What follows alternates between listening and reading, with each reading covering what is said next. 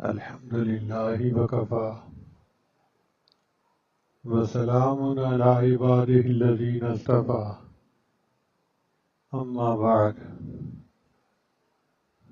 أعوذ بالله من الشيطان الرجيم بسم الله الرحمن الرحيم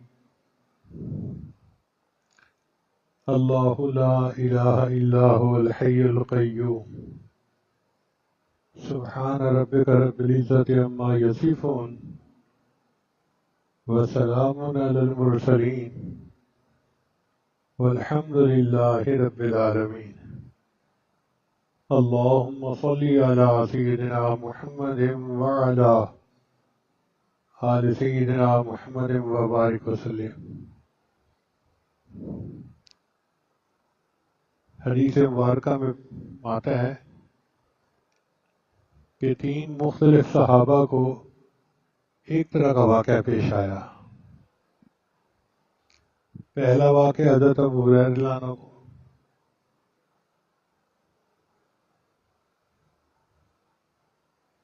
زکوٰۃ کی کچھ گندم تھی جس کا ان کو نگران بنایا نبی علیہ السلام نے.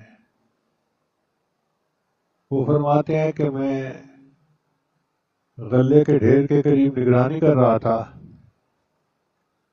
میں نے دیکھا ایک بندہ آیا اور اس نے آگے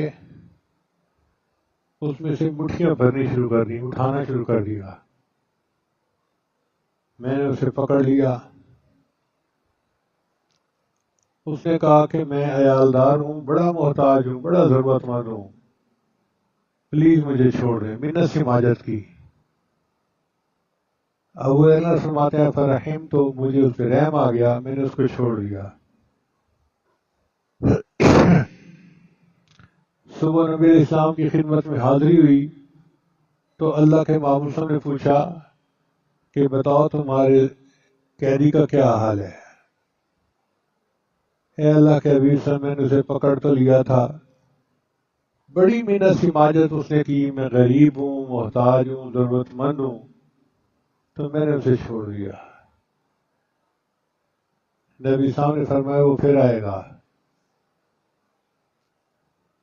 ابو ہریرہ نے فرماتے ہیں کہ مجھے یقین ہو گیا کہ آج رات اس نے پھر آنا ہے. پھر میں پہرے پہ بیٹھ گیا. پھر رات کے ایک وقت میں پھر وہی آیا. میں نے اسے پکڑ لیا.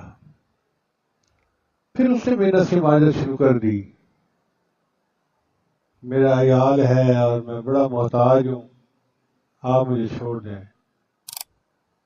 ابو ہریرہ فرماتے ہیں کہ مجھے رحم آیا، میں نے چھوڑ دیا. پھر دن میں نبی علیہ السلام نے پوچھا بتاؤ بھائی تمہارے قیدی کا کیا حل. اے اللہ کے حبیب صلی اللہ علیہ وسلم، اس نے کہا میں محتاج ہوں، عیالدار ہوں، ضرورت مند ہوں، مجھے چھوڑ دے. مجھے رحم آیا، چھوڑ دیا. فرمایا وہ پھر آئے گا. تو ابو ہریرہ فرماتے ہیں کہ میں نے پھر تیسری رات پہرا دیا. پھر آیا، پھر میں نے اسے پکڑ لیا. میں نے کہا آج تو میں تمہیں نبی علیہ السلام کے پاس لے جا کے ہی چھوڑوں گا، نہیں چھوڑنا. اس نے کہا بات سنو، میں آپ کو ایک عمل بتاتا ہوں، وہ کر لیا کرنا، تمہیں بڑا نفع ہوگا. اب صحابہ کرام تو ایسے اعمال کے متلاشی تھے. وہ فرماتے ہیں کہ میں نے اس سے پوچھا کون سا عمل. کہنے لگا کہ آیت الکرسی اگر رات کو پڑھ لو گے تو 2 محافظ فرشتے تمہارے اوپر متعین ہو جائیں گے اور شیطان تم سے دور بھاگ جائے گا. اب جب دن ہوا تو نبی علیہ السلام نے پھر پوچھا بتاؤ تمہارے قیدی کا کیا حال ہے. اے اللہ کے حبیب صلی اللہ علیہ وسلم، اس نے مجھے کہا میں تمہیں عمل بتاتا ہوں. تو نبی علیہ السلام نے فرمایا کون سا عمل. اس نے یہ کہا تھا کہ آیت الکرسی رات کو سوتے ہوئے پڑھ لیا کرو، 2 فرشتے متعین ہو جائیں گے تمہاری حفاظت کے لیے اور شیطان تم سے دور بھاگ جائے گا. نبی صاحب نے فرمایا قد صدق وهو کذوب، بات تو سچی کر گیا ہے جھوٹا. پھر نبی صاحب نے پوچھا ابو ہریرہ تمہیں پتہ ہے کون تھا. حالانکہ مجھے تو نہیں پتا، فرمایا ذا کا شیطان، یہ شیطان تھا۔ تو بدبخت شیطان نے اپنا علاج خود بتایا کہ جو بندہ آیت الکرسی پڑھ لیتا ہے میں اس سے دفعہ دور ہو جاتا ہوں۔ ابو ایوب انصاری اللہ عنہ نے اپنے گھر میں ایک طاق میں کھجوریں رکھی ہوئی تھی۔ وہ فرماتے ہیں کہ میں محسوس کرنے لگا کہ کھجوریں کم ہو جاتی ہیں، تو میں نے ذرا نگرانی کی،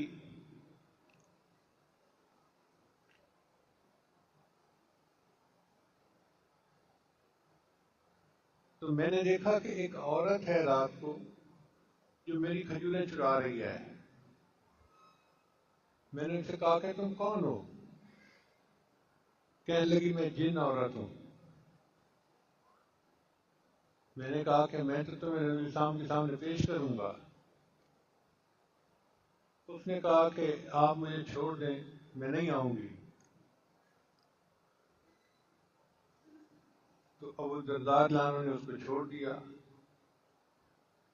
نہ ابو ایوب انصاری لانو نے اس کو چھوڑ دیا۔ وہ دوسری رات پھر آئی، پھر یہی واقعہ پیش آیا۔ نبی السلام نے فرمایا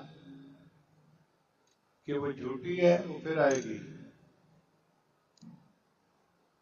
اور وہی ہوا کہ تیسری رات ابو جان نے پھر اس کو چوری کرتے دیکھ لیا۔ اب تو ان کو بڑا غصہ، انہوں نے کہا کہ اب تو ہو ہی نہیں سکتا، میں تمہیں نبی السلام کے سامنے ضرور پیش کروں گا۔ اس نے کہا کہ میں تمہیں ایک عمل بتاتی ہوں، تمہیں فائدہ ہوگا۔ کون سا عمل؟ کہ رات کو سوتے ہوئے آیت الکرسی پڑھ لیا کرو، شیطان تمہارے نزدیک نہیں آئے گا۔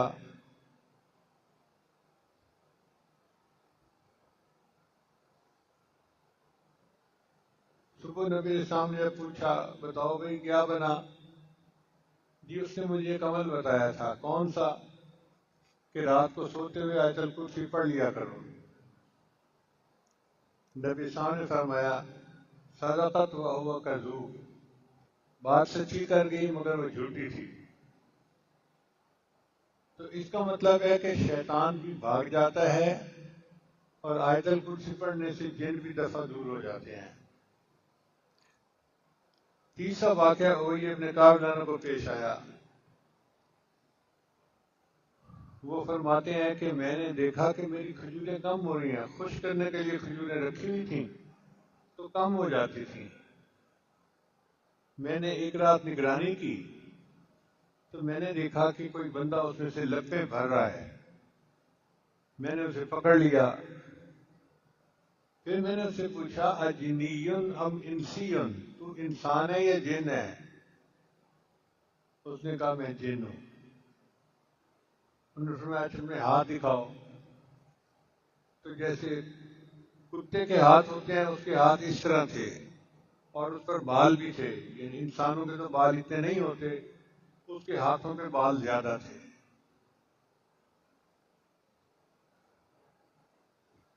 یہ واقعہ بھی ان کے ساتھ اسی طرح پیش آیا 3 مرتبہ، اور تینوں مرتبہ نبی صاحب پوچھتے رہے کہ بتاؤ بھائی تمہارے قیدی کا کیا حال ہے؟ اے اللہ کے نبی صلی اللہ علیہ وسلم، اس نے مجھے ایک عمل بتایا کہ تم کر لیا کرو تو محفوظ ہو جاؤ گے۔ نبی صاحب نے فرمایا صدق الخبیث، اس خبیث نے سچ بولا۔ اس کا مطلب یہ کہ شیطان یا جن آیت الکرسی کے پڑھنے سے دفع ہو جاتے ہیں اور اللہ تعالیٰ کی حفاظت ہو جاتی ہے۔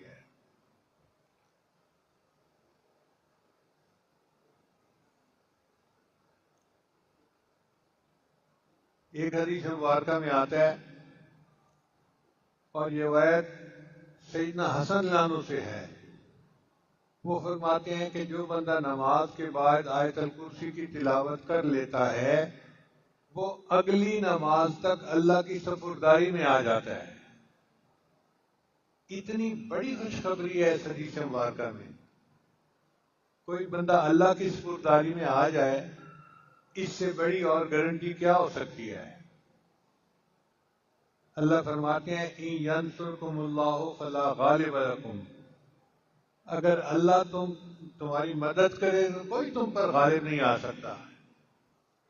اب ہم پریشان پھرتے ہیں گھر کی وجہ سے، رزق کی وجہ سے، بے برکتی کی وجہ سے، اور اس کا علاج نبی علیہ السلام نے ہمیں بتلا دیا۔ ایک عمل ہے اور چھوٹا بھی نہیں، ایک ہی آیت ہے، اس کے پڑھنے سے انسان اللہ کی ذمہ داری میں آ جاتا ہے۔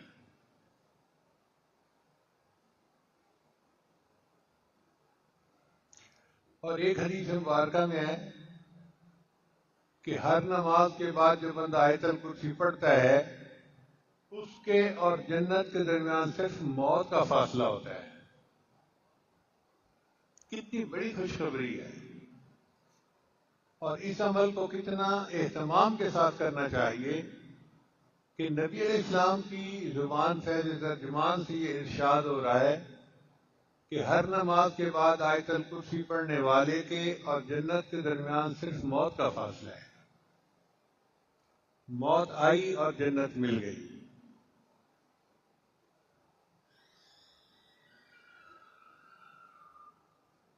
اور ایک حدیث مبارکہ میں آتا ہے کہ جو بندہ آیت الکرسی رات کو سوتے ہوئے پڑھ لیتا ہے، اللہ تعالیٰ اس کی بھی حفاظت فرماتے ہیں، اس کے گھر والوں کو بھی حفاظت فرماتے ہیں، اور اس کے پڑوسیوں کی بھی حفاظت فرماتے ہیں۔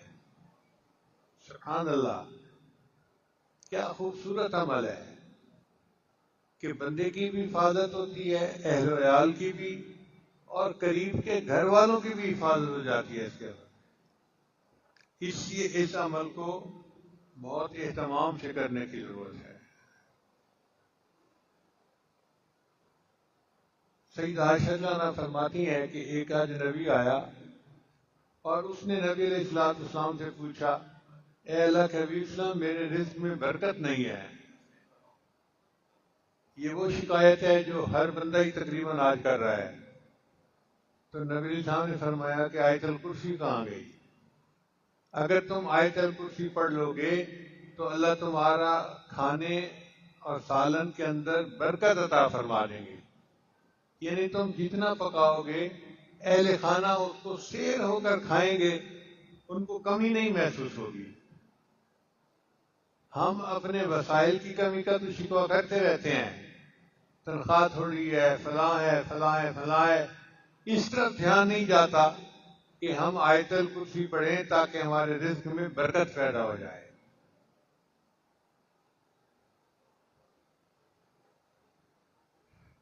حضرت عبداللہ ابن عباس عنہ فرماتے ہیں کہ نبی علیہ السلام نے فرمایا، آیت الکرسی پڑھنے والے کو اللہ شکر کرنے والا دل، صدیقین کے اعمال اور نبیوں جیسا اجر عطا فرماتے ہیں۔ کتنی بڑی نعمتیں جو مل رہی ہیں۔ شکر کرنے والا دل، صدیقین کے اعمال اور نبیوں کے جیسا اجر عطا فرماتے ہیں۔ نبی اسلام نے ارشاد فرمایا کہ آیت الکرسی عرش کے خزانوں میں سے ایک بڑی نعمت ہے جو کسی نبی کو نہیں ملی، صرف اللہ نے مجھے عطا فرمائی۔ یعنی یہ انعام اللہ نے فقط اپنے محبوب صلی اللہ علیہ وسلم کو عطا کیا تاکہ ان کی امت اس سے نفع اٹھائے، کسی اور نبی کو نہیں ملی۔ اب آپ بتائیے یہ کتنا بڑا عمل ہے جس کو کرنا ہمارے لیے ضروری ہے۔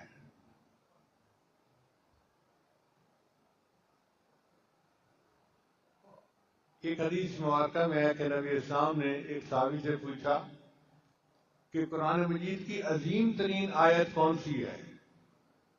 ان کا جو آیت الکرسی۔ تو نبی اسلام نے فرمایا، مبارک ہو اللہ تمہیں نے جو علم دیا ہے اس میں برکت ہو۔ اور ایک حدیث مبارکہ میں آتا ہے کہ اس میں اعظم 3 صورتوں میں ہے، ایک سورہ بقرہ، دوسرا سورہ آل عمران اور تیسرا سورہ طٰہٰ۔ تو ایک بزرگ فرماتے ہیں میں نے غور کیا کہ یہ کون سا اسم اعظم ہو سکتا ہے، تو مجھے یہ محسوس ہوا کہ سورہ بقرہ میں آیت ہے اللہ لا الہ الا هو الحی القیوم، اور سورہ آل عمران میں ہے الف لام میم اللہ لا الہ الا هو الحی القیوم، اور سورہ طٰہٰ کے اندر آیت ہے وَأَنَتِ الْوُجُوهُ لِلْحَيِّ الْقَيُّومِ۔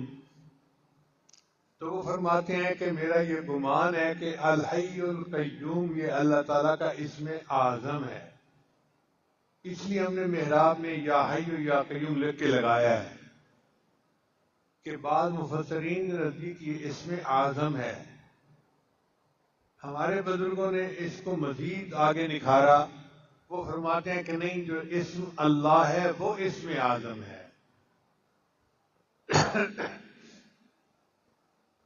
بہرحال یہ قرآن مجید کی عظیم ترین آیت ہے، اور وہ خاص نعمت ہے جو اللہ نے فقط اپنے پیارے محبوب ہم کو عطا فرمائی، کسی اور نبی کو عطا نہیں کی گئی، اور نبی علیہ السلام نے ہم تک یہ امانت پہنچا دی۔ ہمارا حال دیکھو کہ ہم اس عمل کی طرف دھیان ہی نہیں کرتے، سوچتے ہی نہیں۔ اللہ تعالی ہمیں باقاعدگی کے ساتھ اس عمل کو کرنے کی توفیق عطا فرمائے۔ دعا سے پہلے توبہ کے کلمات پڑھائے جاتے ہیں، سچے دل کے ساتھ پڑھ لیجئے۔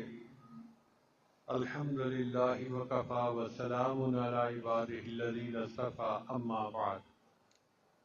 یہ کلمات پڑھتے جائیے۔ بسم اللہ الرحمن الرحیم،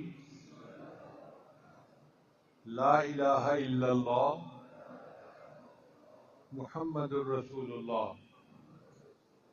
آمنت باللہ وملائکتہ وکتبہ ورسلہ والیوم الآخر والقدر خیرہ وشرہ من اللہ تعالی والبعث بعد الموت، آمنت باللہ کما ہوا باسمائہ وصفاتہ وقبلت جمیع احکامہ اقرار باللسان وتصدیق بالقلب، اشہد ان لا الہ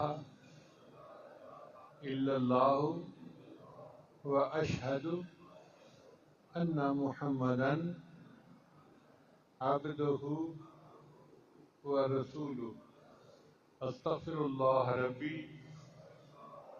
من کل ذنب واتوب الیہ برحمتک یا ارحم الراحمین۔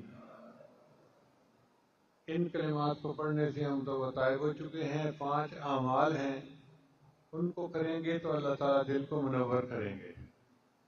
پہلا عمل ہے 100 مرتبہ استغفار پڑھنا صبح شام۔ دوسرا عمل ہے 100 مرتبہ درود شریف پڑھنا۔ تیسرا عمل ہے قرآن مجید کی تلاوت روزانہ کرنا۔ چوتھا عمل ہے چلتے پھرتے ہر وقت دل میں اللہ کو یاد کرنا۔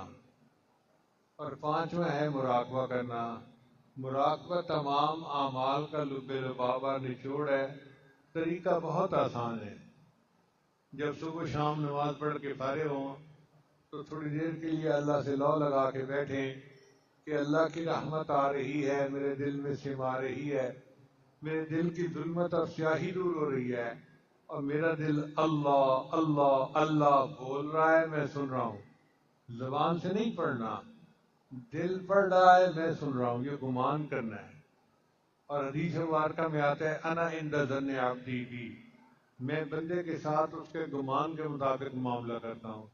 جب بندہ یہ گمان لے کے بیٹھتا ہے تو کچھ ہی دنوں میں اس کے دل میں اللہ کی ایسی محبت پیدا ہوتی ہے کہ اس کو محسوس ہوتا ہے کہ میرے دل سے اللہ اللہ اللہ کی آواز آ رہی ہے۔ وہ جن کا عشق صادق ہے وہ کب فریاد کرتے ہیں لبوں پہ مہر خاموشی، دلوں میں یاد کرتے ہیں۔ ہم بھی اپنے اللہ کو اپنے دلوں میں یاد کریں۔ اللہ ہمیں یہ توفیق عطا فرمائے۔